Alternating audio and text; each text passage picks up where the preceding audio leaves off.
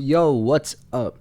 So today I want to talk about more or less what I've been listening to, which is this book right here. It's called, give me 1 second while it loads. Yes, it is called Thoughts Without a Thinker.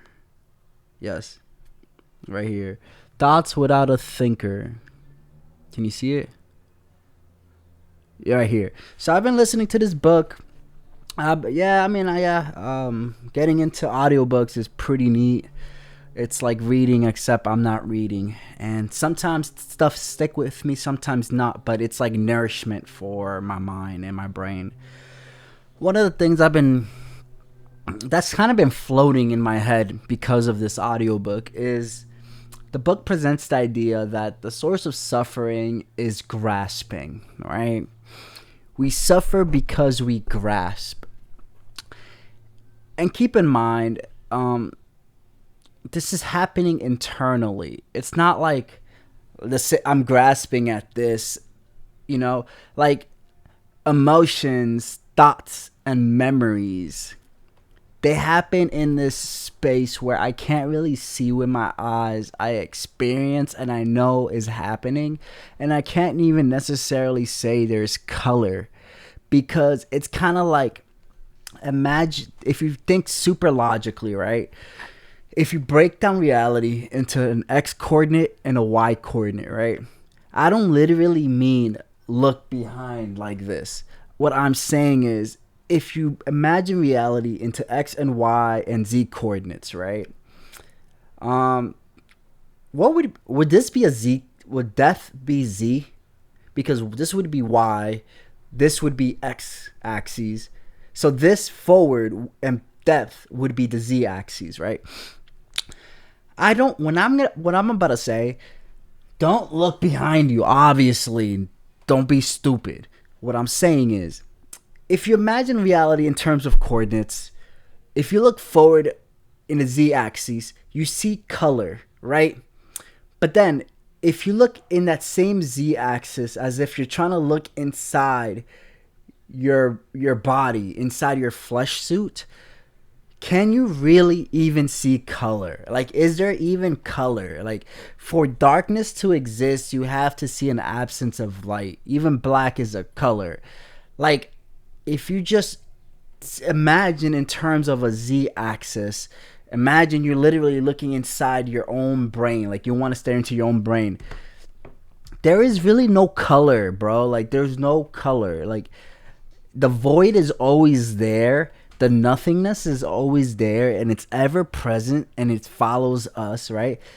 Like, if vision is like a cone, the cone and vision and whatever reality, it's behind it is this abyss, this colorless abyss, and it's ever present. What does this have to do with anything? I don't know, bro. I had a point, but I lost the point. Oh, now I remember the point. The reason I even mentioned that is because, so the abyss is there, where our thoughts, our emotions, and whatnot exist in this abyss space. While you can say you see it, do you really see it? Like, you're not literally seeing it with your mind's, like with your actual eyes. You're seeing it in some other form.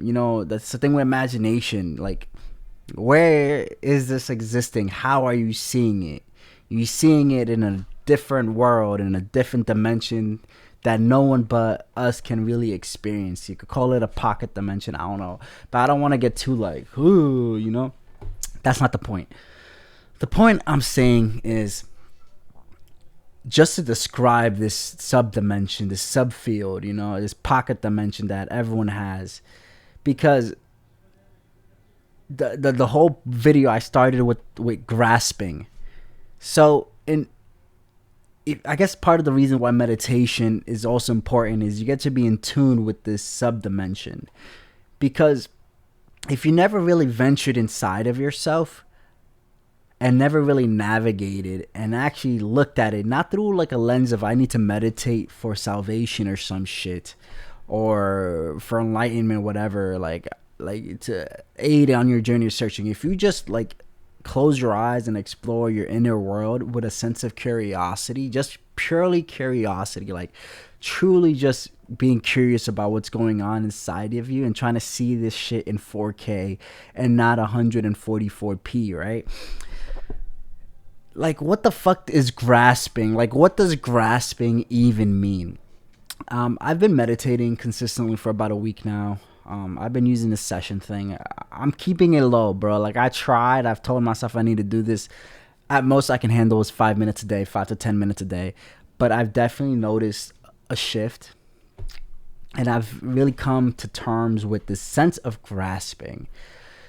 And the best way I could describe it is, internally, this sense of grasping is like, imagine you have a very deep muscle knot. It hurts to break down the muscle knot, right?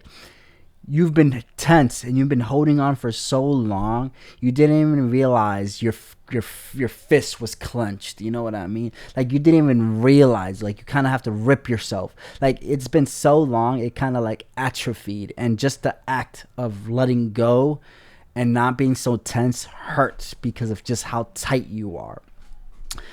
And what do I mean by this? Pleasure. So when it comes to like things like pleasure, right? Let's say you have a craving of something. You're not really missing the thing. What you're really experiencing is your recollection, your memory of a thing. Like, if it's healthy, if you have a healthy relationship, I say keep going.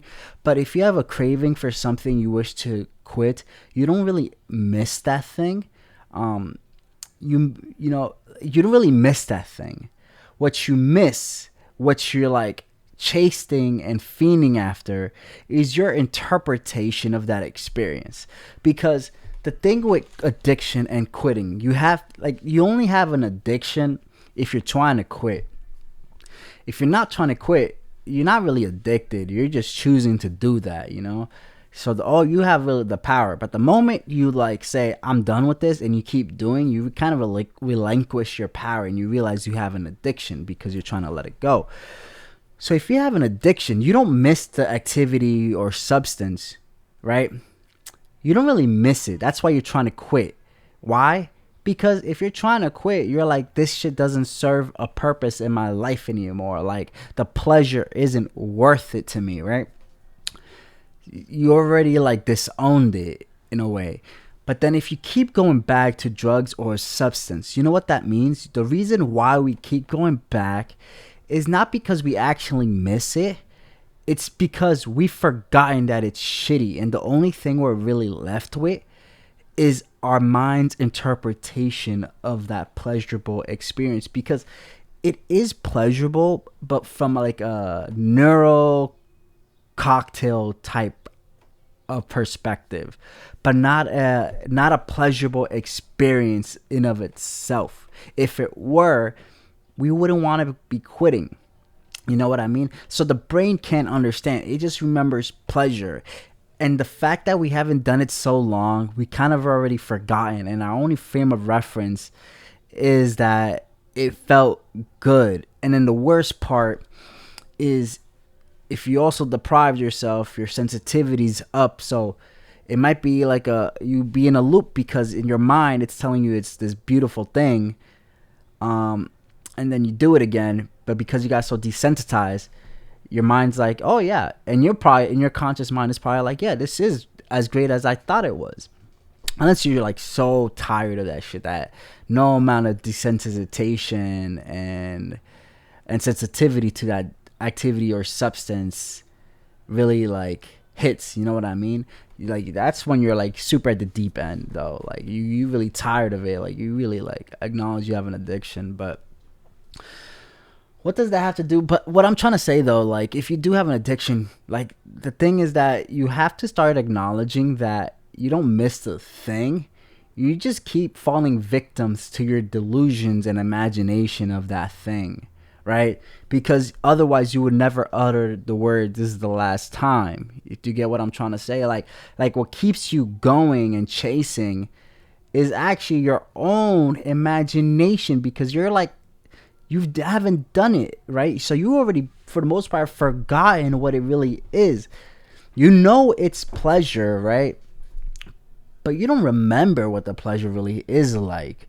So all you have is your delusion and imagination about the pleasure, because the pleasure is nothing but a memory now, you know? Um, and so we kind of keep grasping at it. To me, grasping is you just minding your own business, and a thought is like nagging you, right? But is it really nagging you, or is it just the fact that we keep paying attention to it, we keep looking at it? It's kind of like when people say they hate these people on social media, they hate their content. They say that, but then it's like, why you keep engaging with their content? They keep winning. Like, you see, the reason, the common denominator of love and hate is attention, man. If you love something, you give it attention. If you hate something, you give it attention. um if you have an enemy, you shouldn't like hate them. That's the equivalent of loving them. Why? Because you're still giving them you're giving them a shit ton of attention.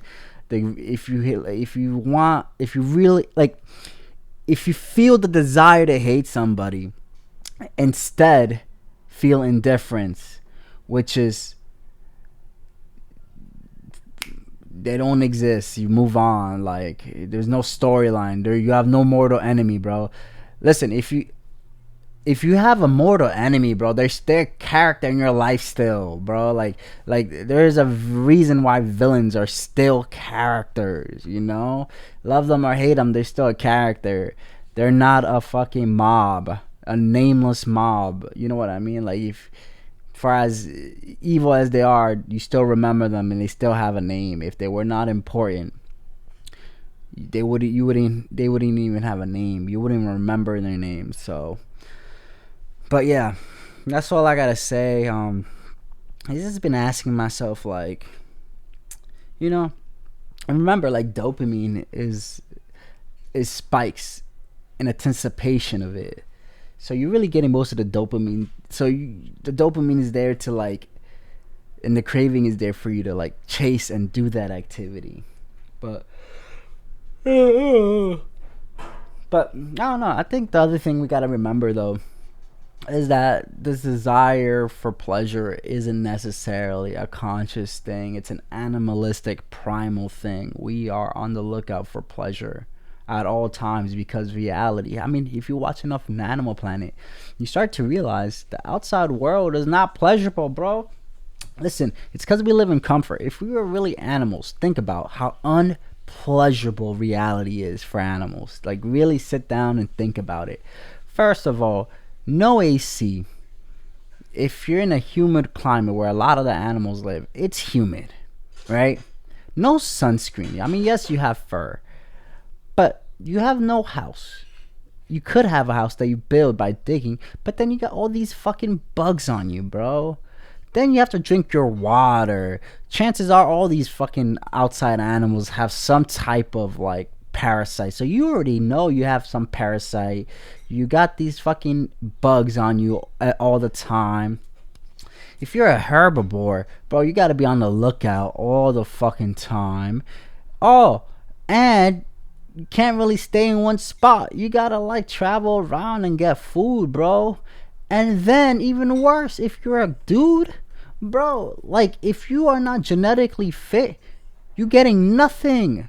You know, the winner takes all. Like will be a genetic dead end, bro. Like literally, like you ain't getting nothing. Like they're getting one for many, man. Like I know, like a lion's pride, bro. He gets all the girls. Like life is unpleasurable in reality. You know what I mean?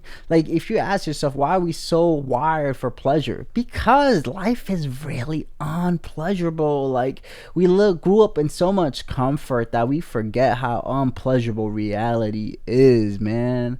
We've like that's why we're so wired for pleasure, because life is so unpleasurable, bro.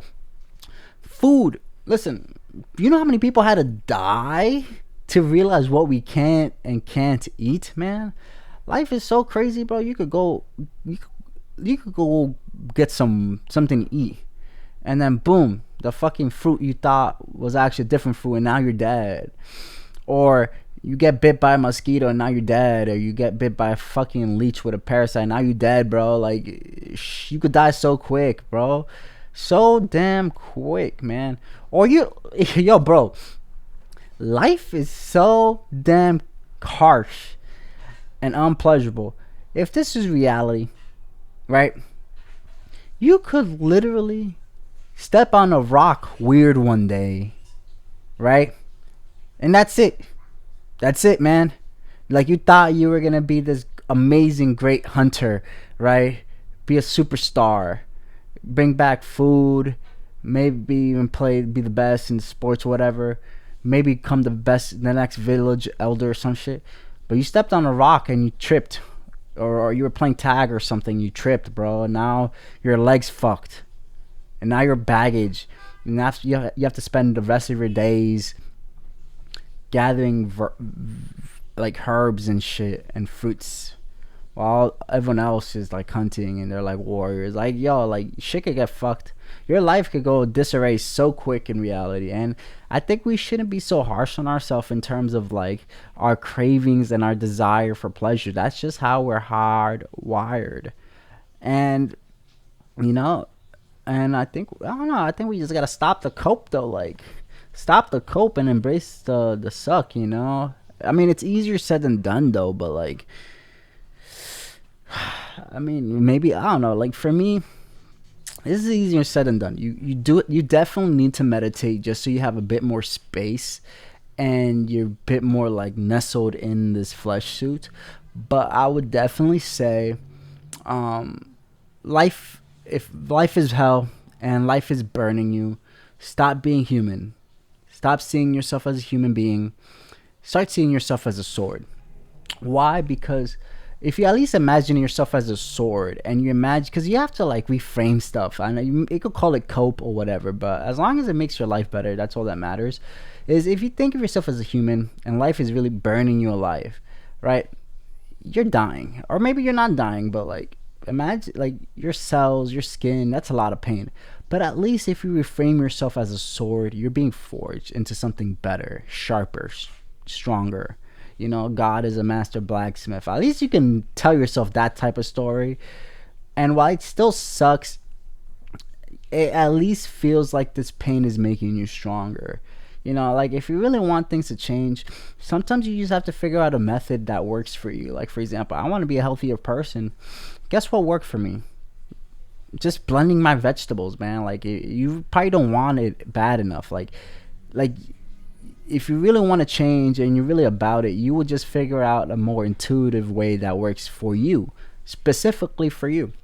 Like, if you really want to diet and you've been struggling, you don't want it bad enough. What I've been doing, listen, I know myself and I have my quirks. What worked for me is more fiber and blending my vegetables, and then drinking some fiber and vegetable juice before I eat. That's what's been helping me lose weight, man.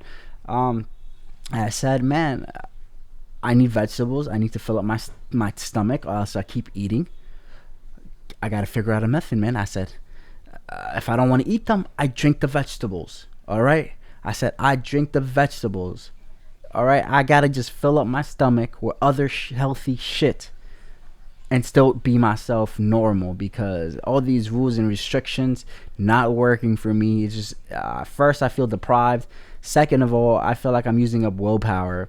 Like, listen, if I'm still gonna eat McDonald's, that's cool and all, but instead of eating like 4 double cheeseburgers in one sitting, I drank some protein, fiber, and some veggies. And today, while I'm still eating 4 cheeseburgers, at least I'm eating 2 cheeseburgers today and 2 cheeseburgers tomorrow, instead of eating 4 cheeseburgers today and then maybe Chinese food tomorrow, or some more cheeseburgers. You get what I mean? It's slower, but at least it's maintainable. But yeah, that's all I gotta say. I don't even know I'm chatting. I just speaking my mind, what's been floating in my head from like listening to this book. But anyways, bye.